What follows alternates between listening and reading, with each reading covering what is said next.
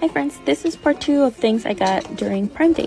So this is a desk vacuum cleaner. It's pretty small. It comes with little bristles at the bottom to help you scrub, I guess. It's really cute. It also came with this little brush thingy, I guess, to clean the vacuum when you're done using it. You do need batteries for this, but I'm sure you can use like rechargeable batteries. I'm here moving my stuff to show you guys how good it is. It did its job.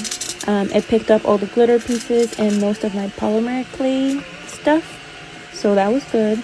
And I grabbed some more little trash that I found on my desk. The only two pieces it didn't pick up was like a random pebble and a piece of resin.